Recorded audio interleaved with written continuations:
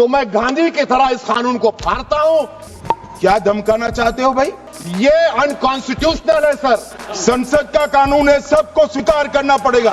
इस देश में झगड़े पैदा करने का काम बीजेपी करना चाहती है। स्वीकार नहीं करेंगे मतलब क्या है? कैसे बोल सकते हैं कोई? हम कानून को स्वीकार नहीं करेंगे कि चिरागों के सफर में दबदबा हो आंधियों का, तो फिर अंजाम जुल्मत के सिवा कुछ भी नहीं होगा। ये दुनिया नफरतों के आखिरी स्टेज पर है, इलाज इसका मोहब्बत के सिवा कुछ भी नहीं होगा। और ऐसी कई उदाहरणें हैं पंजाब के अंदर। अगर किसी मुस्लिम के पास कब्रिस्तान नहीं था तो सरदारों ने अपनी जमीन देके कब्रिस्तान बनाए। ये कौन सा अधिकार है कि मैं किसी को चीज दान देना चाहता हूं? और इसको कौन बताएगा? रिजू साहब ये बताएंगे कि ये प्रैक्टिसिंग मुस्लिम है या नहीं। बंगाल में आकर कहूंगा ये राजनीतिक हिसाब किताब का अखाड़ा नहीं है। छाती पर ठोक कर कहूंगा, ज्यादा सीधा है जे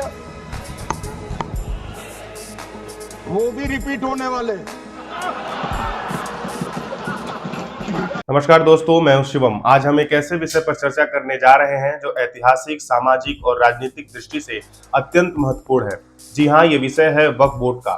हाल ही में संसद में वक्फ संशोधन विधेयक 2024 प्रस्तुत किया गया, जिससे व्यापक बहस देश भर में छिड़ी हुई है। किंतु यह प्रश्न उठता है कि वक्फ वास्तव में है क्या?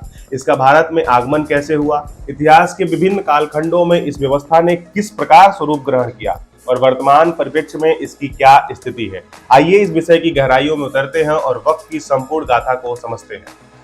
वक्फ अरबी भाषा का एक शब्द है जिसका अर्थ होता है अस्थायी रूप से समर्पित कर देना। इस्लामिक परंपरा में वक्फ एक ऐसी व्यवस्था है जिसमें कोई व्यक्ति अपनी संपत्ति, चाहे वो भूमि हो, भवन हो या अन्य परिसंपत्तियां दान कर सकता है, ताकि उसका उपयोग इस्लामिक धर्मार्थ और सामाजिक कल्याण के कार्यों में किया जा सके। एक बार वक्फ किए जाने के बाद इस संपत्ति को निजी स्वामित्व से मुक्त माना जाएगा और इसे अल्लाह की संपत्ति घोषित कर दिया जाता है।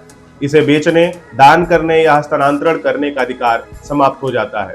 इसका संचालन मुतवल्ली नामक प्रबंधक द्वारा किया जाता है, जो इसे धार्मिक एवं सामाजिक उद्देश्यों हेतु प्रयोग करता है। वक्फ की परंपरा का प्रारंभिक उल्लेख पैगंबर मोहम्मद के काल में मिलता है। प्रसिद्ध इस्लामी ग्रंथों में उल्लेख है कि जब खलीफा उमर को खैबर क्षेत्र में उपजाऊ भूमि प्राप्त हुई तो उन्होंने मोहम्मद पैगंबर से परामर्श किया कि इसका क्या किया जाए। मोहम्मद पैगंबर ने सुझाव दिया कि इसे वक्फ कर दिया जाए और इसकी आय जन कल्याण में लगाई जाए। इसी प्रकार मदीना में 600 खजूर के वृक्षों के एक बाग को गरीबों और जरूरतमंदों के लिए वक्फ किया गया था। इन घटनाओं ने वक्फ की अवधारणा को जन्म दिया और इसे इस्लामी समाज में धार्मिक तथा सामाजिक दायित्व के रूप में स्थापित कर दिया। भारत में इस्लाम का प्रवेश 7वीं शताब्दी में अरब व्यापारियों के माध्यम से हुआ, किंतु वक्फ की आधिकारिक स्थापना दिल्ली सल्तनत के दौरान हुई। 1192 ईस्वी में तराइन के युद्ध के पश्चात जब मोहम्मद गोरी ने भारत में इस्लामी शासन की नींव रखी, तब वक्फ की परंपरा को भी संस्थागत रूप दिया गया। उनके शासनकाल में मस्जिदों, मदरसों, दरगाहों और धर्मार्थ संस्थाओं के लिए संपत्तियों को वक्फ करने की परंपरा शुरू हुई। ऐतिहासिक दस्तावेजों के अनुसार मोहम्मद गोरी ने मुल्तान की जामा मस्जिद के रखरखाव के लिए 2 गांव दान किए थे। 14वीं शताब्दी में लिखे गए इंसा-ए-महरू नामक ग्रंथ में वक्फ की इस परंपरा का उल्लेख मिलता है। दिल्ली सल्तनत के शासक जैसे इल्तुतमिश, मोहम्मद बिन तुगलक, फिरोज शाह तुगलक, इन सब ने वक्फ को संस्थागत स्वरूप दिया। वक्फ संपत्तियों का प्रबंधन सुनिश्चित करने के लिए दीवाने रिसालत नामक विभाग गठित किया गया। इस काल में वक्फ से प्राप्त आय से मस्जिदों, मदरसों, सराय, कुएं, सड़कें और धार्मिक स्थलों का निर्माण किया जाता था। 1526 ईस्वी में जब बाबर ने मुगल शासन की स्थापना की, तब वक्फ की व्यवस्था को और अधिक संगठित किया। शाहजहां ने 1656 में दिल्ली की भव्य जामा मस्जिद बनवाई और इसे जनता के लिए वक्फ कर दिया। मुगलों ने विभिन्न मस्जिदों, मदरसों और दरगाहों को वक्फ संपत्तियों के रूप में मान्यता दी। ब्रिटिश शासनकाल जब शुरुआत हुआ तो वक्फ संपत्तियों के प्रबंधन को लेकर कई समस्याएं उत्पन्न हो गईं। अंग्रेजों ने इस व्यवस्था को नियंत्रित करने हेतु 1913 में मुस्लिम वक्फ वैलिडेटिंग एक्ट पारित किया, जिसके तहत प्रत्येक मुतवल्ली को संपत्ति का लेखा जोखा रखने का दायित्व सौंपा गया।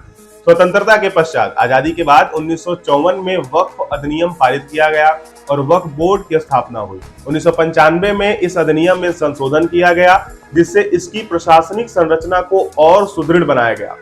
2 अप्रैल 2024 को संसद में वक्फ संशोधन विधेयक प्रस्तुत किया गया।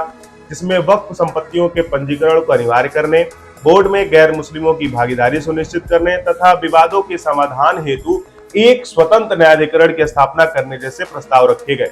इस विधेयक को लेकर विभिन्न राजनीतिक दलों एवं मुस्लिम संगठनों के मध्य तीव्र मतभेद उत्पन्न हो गए हैं। जहां सरकार इसे पारदर्शिता बढ़ाने का प्रस्ताव बता रही है, वहीं विरोधी इसे वक्फ के मूल स्वरूप में हस्तक्षेप मान रहे हैं। दोस्तों, वक्फ की यह यात्रा अत्यंत ही रोचक रही है। प्रारंभिक इस्लामी युग से लेकर दिल्ली सल्तनत, मुगल शासन, ब्रिटिश शासन और स्वतंत्र भारत तक वक्फ एवं एक महत्वपूर्ण सामाजिक और धार्मिक संस्था के रूप में कार्यरत रहा है। वर्तमान में इस विषय पर व्यापक विमर्श हो रहा है। आप इस पर क्या सोचते हैं? अपनी राय कमेंट में अवश्य साझा करें। अगर यह जानकारी आपको उपयोगी लगी तो वीडियो को लाइक करें, शेयर करें, सब्सक्राइब करना न भूलें। मिलते हैं अगले एपिसोड में, तब तक के लिए धन्यवाद, नमस्कार।